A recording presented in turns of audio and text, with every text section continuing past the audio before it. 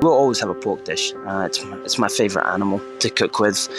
I sort of always ask chefs, when we're sort of just all sitting around prepping, like, if you're stuck on an island, you're allowed one animal, one fruit, one what, like, and mine's always pig. Like, I mean, it's so versatile. Tastes amazing.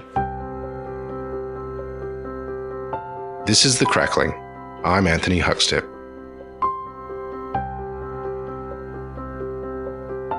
There are many paths to a career in food. Some come from families that place food at the heart of everything.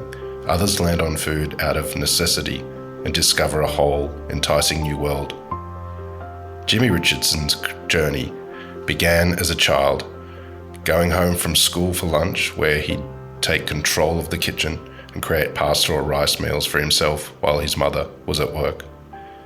Jimmy, how are you? I'm very good, thank you. Yourself? Oh, good. Well, take us back to that time when you were a kid and on the pans in the family kitchen. What sort of led to that? Well, I'm not really sure, to be honest. I mean, I always sort of had a bit of a knack for cooking. I've got a couple of really early memories of helping my mum in the kitchen. But yeah, I mean, when I was at school, my mum didn't really want to give me extra money for eating out, so I sort of had to do the walk home every lunch. And she was a nurse, so she was at work maybe 13 hours a day. And I was left to my own devices, and my sister was already finished school, so she was out of the house. So it was really make a sandwich or cook something hot, and Glasgow's pretty cold. So it's always a good idea to have something warm in the afternoon. You said that you have a couple of early memories of cooking with your mum. Can you share some of them with us? Yeah, when I was about 6 years old, I was sort of playing in a swing park behind my house. And I jumped off a swing and I broke a bone in my arm. And I sort of went home, sort of crying. And I said my mum was a nurse and she was working across the road at the hospital, and just my dad at home. So I sort of went home and told him, I've really hurt my arm.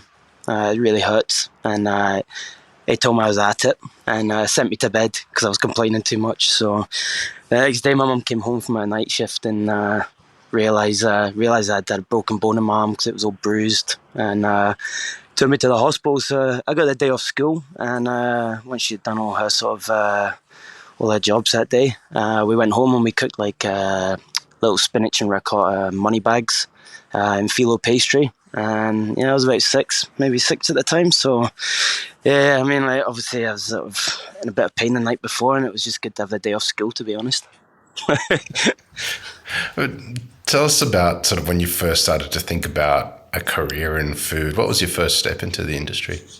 Well, to be honest, I mean, there's not so much an apprenticeship system in Scotland. Well, there wasn't when I was there. It was kind of like you enrolled into college and you sort of found a job yourself, or one of your lecturers or tutors sort of found you a job with one of their mates, which made you feel like you're indebted to them. So you couldn't have any mistakes or slip-ups because your lecturer would hear about it. So, no, basically I left school at about 15. Pretty much stopped going when I was 14, but officially left when I was 15. And I kind of, because of my age, I was made to go to a career counsellor to make sure that I didn't just become another dull kid and end up on benefits. So I sort of got sent down to this office once a week, and they sort of sent me to the swimming pool to be a lifeguard. I was fairly active. I did quite a lot of sports, so I'm trying to focus around that. As long as I didn't have to sit behind the desk was kind of like the direction I gave them. So they sent me to a swimming pool, they sent me to a sports facility, and then the apprenticeships were ridiculous. I mean, you're going to make about 60 quid a week for about 40 hours work, which, yeah, it was ridiculous. So I sort of said, what about something outdoors? So they sent me to the parks. Basically just keeping Glasgow's got a lot of parks, so to keep them all sort of like looking good and stuff. But one day at the 3 we were there, it rained in the morning and we spent the whole day in the porta cabin, just reading the newspaper over and over again, chatting shit. And smoked my one cigarette by then, so I didn't have any cigarettes for the rest of the day. So, and I just realised it wasn't for me, because as soon as it rained, I mean, you couldn't do anything. You just had to sit around all day doing nothing until the rain stopped. And it rains a lot, obviously. So, I mean, no, I kind of just fell into it. They said, well, what other sort of traits do you have? Right? And I said, none of my mates could cook pasta or rice, and I could. And I just sort of mentioned that, and they were like, "Why don't you be a chef?" And I was like, "Well, yeah, I always needed discipline in my life." And I sort of enrolled in college when I was 15. Turned 16 shortly after, and then everywhere I went wouldn't hire me because of the 16 years old. They didn't really want a 16-year-old in the kitchen. You know what I mean? I probably came across not as the most reliable person at that age, and maybe like had to start off at a pub for about 6 months to a year. And then I broke my hand, and because I was casual, they sort of let me go. And then when I was 18, I got my first job in a proper restaurant. It was a seafood restaurant in the centre of Glasgow, a really old sort of restaurant. I mean, like, what looking back at it now, what they taught me probably wasn't the right way to do things. But at the time, it was when it's all new to you, you know what I mean? Like, what they teach you is like God, you know. And so we worked with a lot of live seafood, which was incredible for we're in Scotland. And just getting to like, I mean, I'd never tasted an oyster before. I knew mussels from going on holiday and stuff, but no, I really like just sort of like working with sort of like live lobsters, live langoustines. It was just incredible.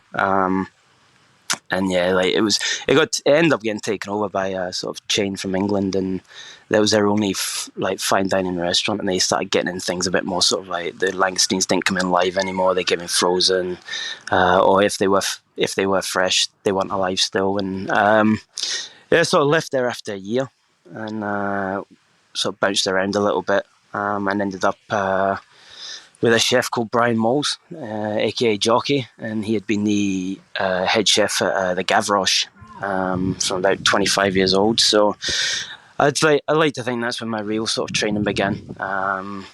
Sort of when I went in there, he was tough, to say the least. I mean, I think he had gone to Lyon when he was 17 to work in a 3-star. Couldn't speak the language, so he had done it pretty tough, I think. So we definitely it was definitely ran like a sort of London style kitchen. But no, it was good. We sort of learned a lot of classics, you know, and sort of very fast paced. You know, there's a lot going on. I think his restaurant's still there. I haven't been back to Glasgow for a while, but it's still there. But he was a great influence. Tell us a little bit about Glasgow and Scotland and the food there. Does pork land in many dishes at all? I mean, Scottish food's very simple. We certainly use it. I think probably in Scotland, I mean, the most well known would probably be our bacon. We got Ayrshire bacon, so it's sort of pretty well known for it. It's they use like a certain type of pig. I think it's the white landrace pig, and basically it's just real good quality, good fat to meat ratio, and they sort of cure it for a couple of days and then dry it for 3 weeks. It's that sort of bacon that when you cook it, it shrinks down to nothing. So I mean, you get a pack of 8 rashers. That's one bacon roll. Whereas over here, you cook a piece of bacon, it barely shrinks. So I mean, but no, they do a sort of they sort of roll the bacon, an Ayrshire middle bacon. It's sort of the eye of the meat, and then they wrap it with the streaky bacon. It's known as Ayrshire middle bacon, and that's definitely a touch of class in a morning roll. But no, we do a lot of pork there. It's just not necessarily like actual dishes. Obviously, like we have a huge amount of seafood. Incredible seafood, to be honest. I mean, the waters around Scotland are just beautiful. Hand dive scallops, you know. I mean, obviously everyone knows about the grouse seasons. I mean, Scotland's like so rich and abundant in natural produce. But to be honest, I mean, unless you're paying top dollar, most of it goes down to London or France. Just because Scottish people, majority of people aren't gonna pay those sort of prices that they would pay in London. So money talks, and not a lot of the produce really ends up in Scotland, to be honest. How did you end up in Australia? Well, first, because I worked for Jockey and he had that connection with the Roux brothers from his time at Gavroche, he had 2 options. I either went down to the Quatre Saisons, or I went over to Amsterdam. I sort of always wanted to have a bit of a work-life balance. That was the idea. And I couldn't imagine living in London and travelling 2-3 hours a day on 3 buses and 2 tubes to get home every night. It really didn't appeal to me. So I sort of I went over to Amsterdam and did a 5-day stage. Love what they were doing. Albert would come over once a month and do dinners and sort of like check in with us all and make sure we're all good. I spent about 2.5 years there, but as soon as I got there, I was in the pub one day watching the football and an advert came on. I'm not sure if it was Tourism Australia or but it was an advert for Australia, and I just looked at it and just thought, man, that's about as far as I can go without coming back. And obviously the internet was sort of becoming a real thing at the time. You know, it was sort of like more, you had easier access to it. I mean, you didn't have it on your phone, and most people didn't have internet in the house, but they had the internet cafes. So just sort of, I just sort of started looking at Australia and sort of mentioned it pretty early on to my exec chef at the time, and he was like, well, you know, obviously through Albert and his brother Michel, they have a lot of connections all over the world, so just let them know where you want to go and they'll set you up. And basically, because I had sort of resigned but gave them a year's notice, I just put them all out. Albert came and did my review, and basically first line was, "You're an arsehole, boy."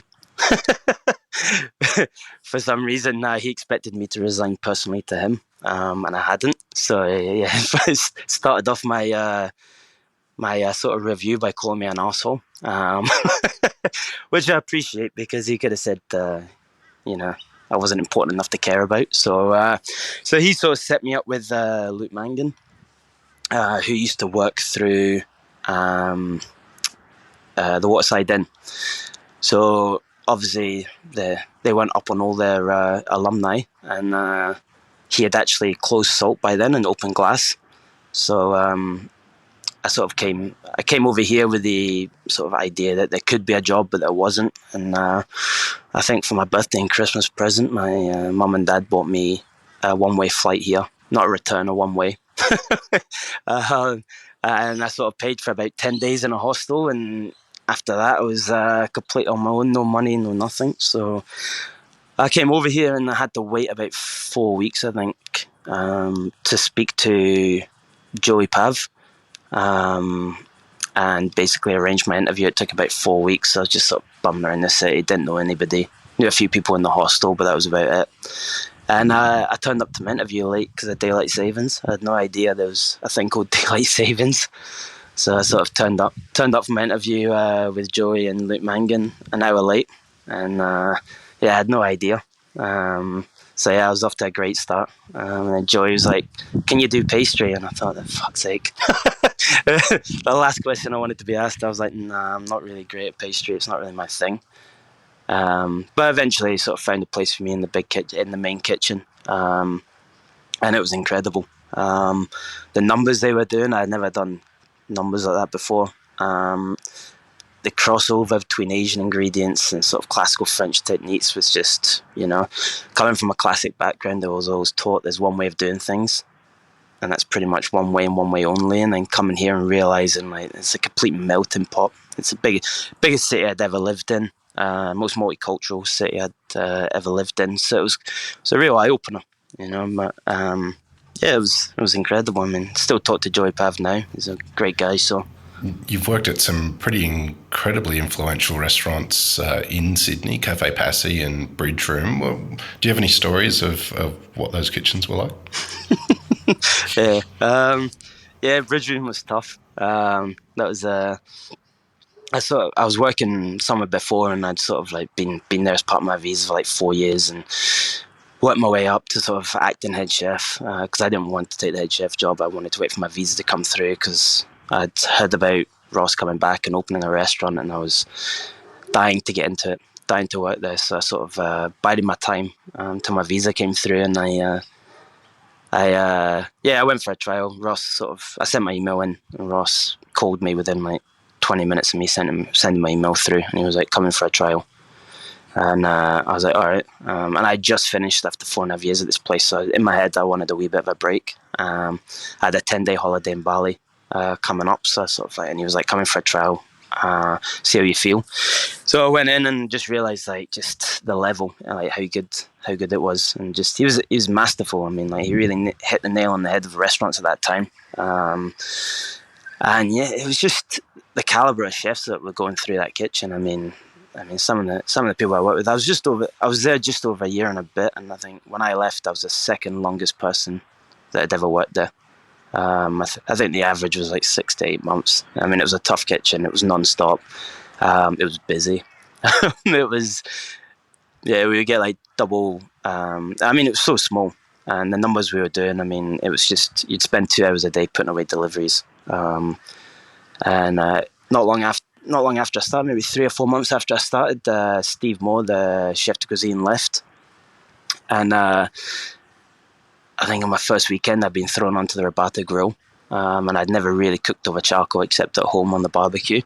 So I mean, it was a true baptism of fire, and I sort of dealt with it, I think, fairly well. There wasn't too much protein left at the end of service, so Ross maybe saw like there was something in me that I hadn't come from like at that time. I hadn't come from like 2-hatted or 3-hatted background. I'd worked. And I think he saw that I could do the job. And when Steve left, he sort of said, just basically, I want you to take over Steve's job.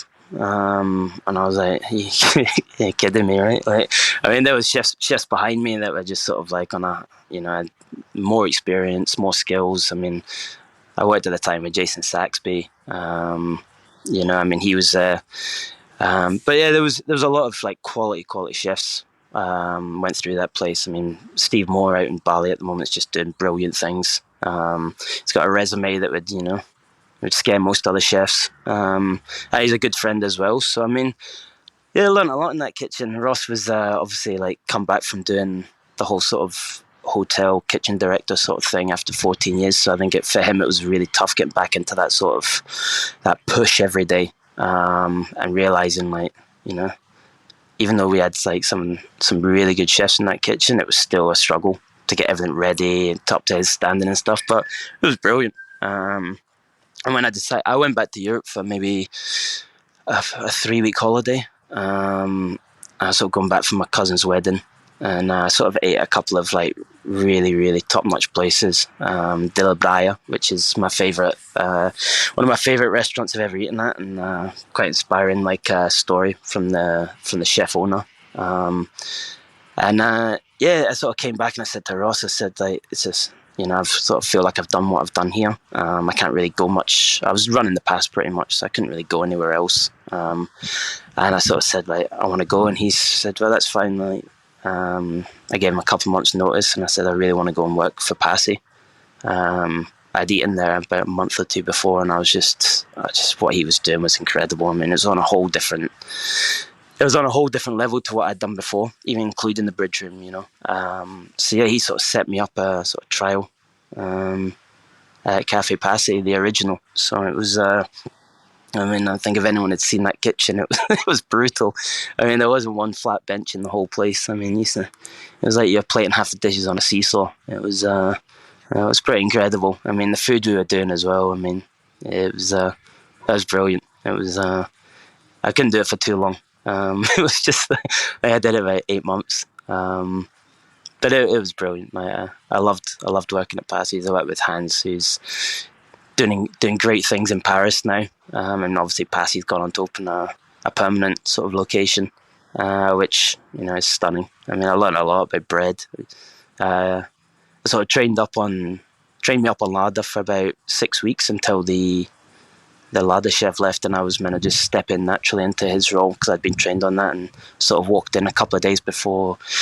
I was doing sort of like 2 days a week, 3 days a week for 6 weeks, because that's all Passy could offer me because the budgets were very tight. And then he said, look, just before Valentine's Day, one of the boys is leaving, you can take over his position. So I trained up on his position. And 6 weeks in, thought pretty confident about this, helping out pastry bits and pieces there. Walked in on my first day and he goes, Jimmy, you're on pastry. And anyone that's been through that kitchen knows pastry was an absolute bastard of a section. I mean, the kitchen had no proper ventilation. We were doing candy floss, which was about a 2.5 hour job. And if you fucked it up, it was about a 4 hour job. and and it was very easy to make a mistake. But no, just his ingenuity, taking something so mundane and just turning it into something so brilliant, was really inspiring. And it made you think more, and it made you think about food more, because everything tasted spot on, but it was creative as well. And I think that was a great balance with Passy. It was like he came across like it was almost minimalist, but there'd been a lot of thought and a lot of trial and a lot of process to get to that point. Tell us about the move to Brisbane.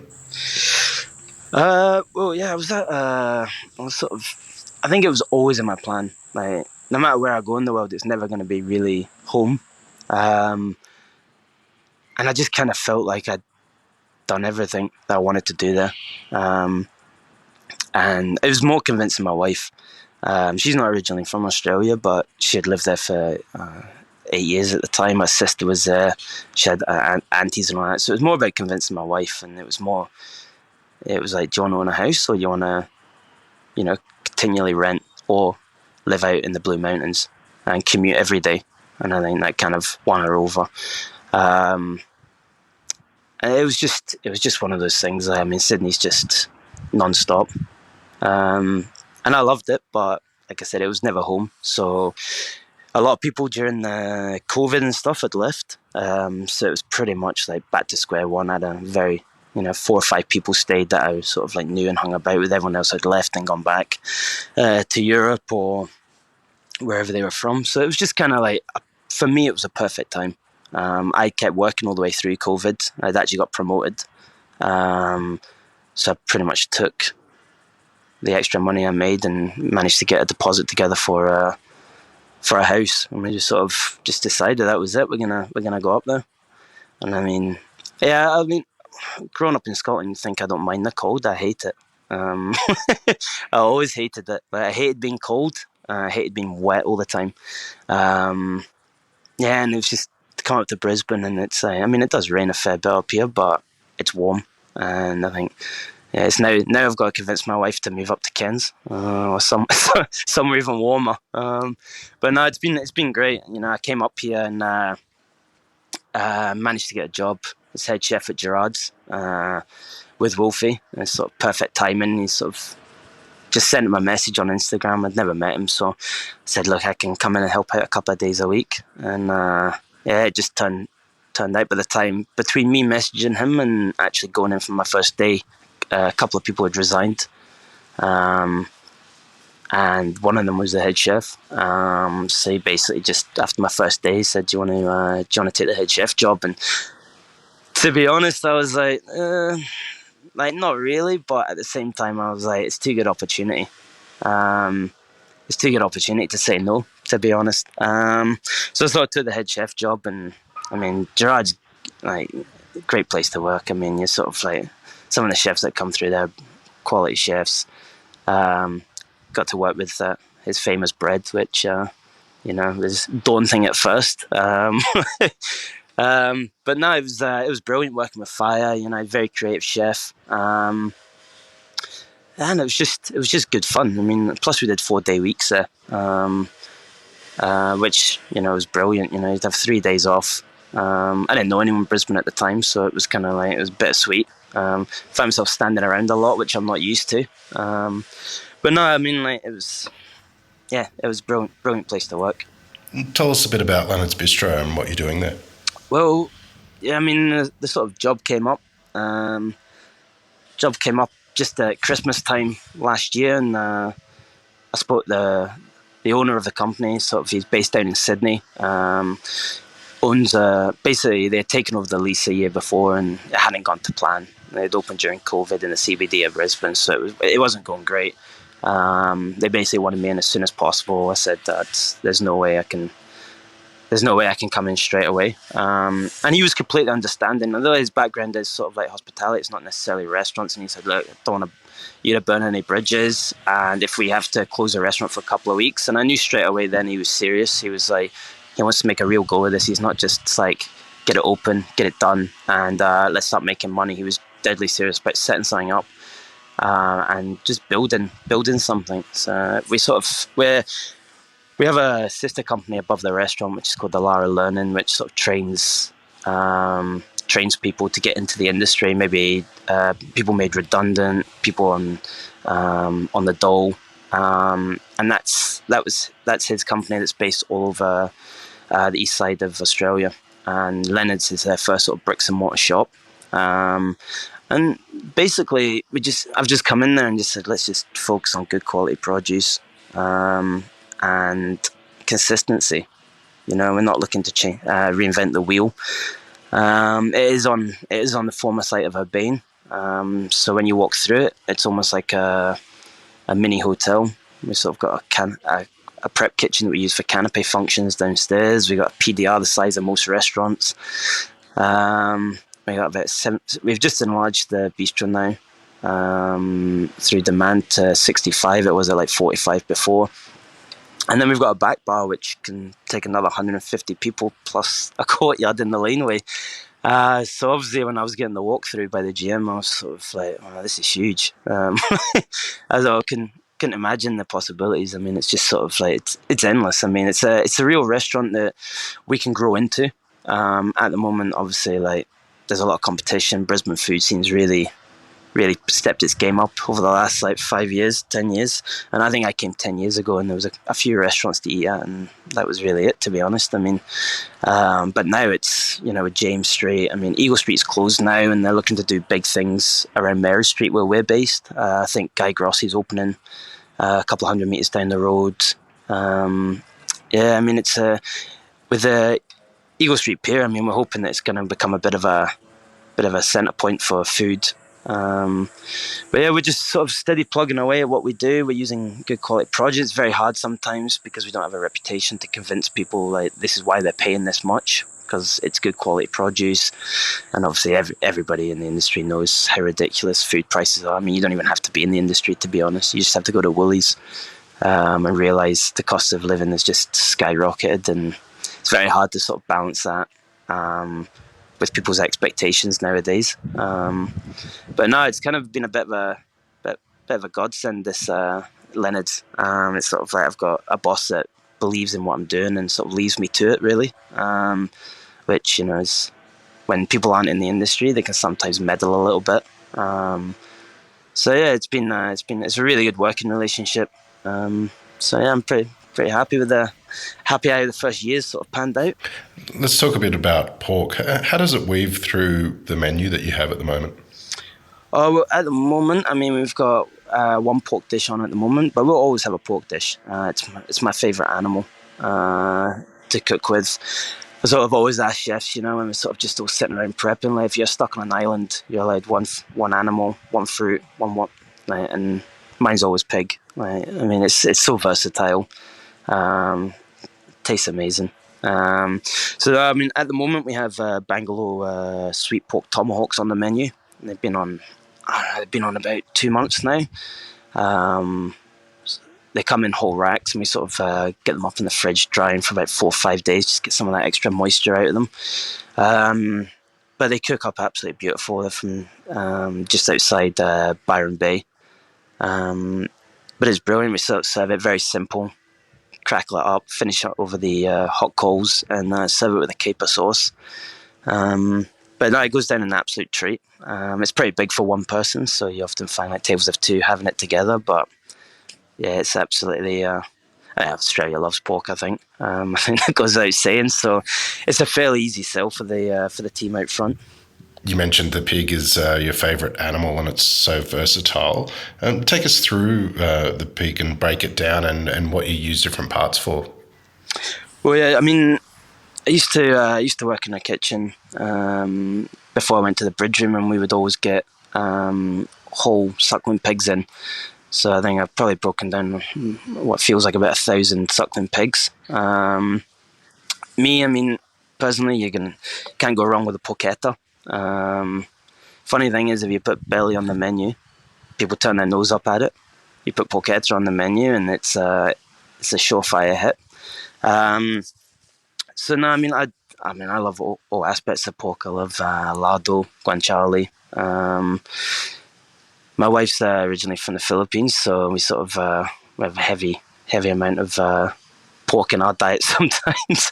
But no, I mean, even up to using the heads for sisig. Yeah, I mean, break them down. I mean, with a suckling pig, you break the legs down into individual muscles, and just cook them just under medium well, and they're just beautiful. I mean, it's just, yeah, I don't know. It's great to work with, and it's always that sort of like getting that crackle up and then cooking it to that perfect temperature. Yeah. You mentioned that you've broken down a lot of suckling pigs in your time. Take us through that process. What's the secret to getting that right and breaking it down properly? Oh, I mean, weirdos start center of the pig, so sort of go down 7 to 8 bones, depending on size. Remove the bellies and the rib cage, and then start working on the legs. So once you take them off the bone and sort of butterfly them, open them, you can sort of really break down the individual muscles on the leg. We used to try and air dry it as much as possible to try and get that crackle, because sometimes with suckling pig it could be a real nuisance trying to get that crackle and actually get it to crisp up. So we'd either sort of cover the skin in salt, and then sort of wipe it off and air dry it, or we would just air dry it as long as we could. But yeah, what you can actually do with a pig, I mean, it's incredible. We'd sort of at the place, we'd sort of break down the forequarter. That would all be braised, rolled. If the suckling pigs were big enough, we get the cheeks out of them. We'd sort of, just break down every single individual bit, and maximize it. And the bones would be made to stock. You mentioned that your wife is from the Philippines, and pork is a big part of your diet. Is there any sort of signature dishes from home that you go to with pork? Bicol Express. It's pretty much just pork cooked in coconut milk, shrimp paste. It's from the Bicol region, which is like known for their super hot sort of like fiery food. So it's very, very spicy. But obviously, when we're cooking at home, we kind of got to cook with my son in mind, and even black pepper he thinks is spicy. Well, he thinks sparkling water is spicy. So we sort of normally now have to add sort of our chili afterwards. But no, I'd say like Bicol Express.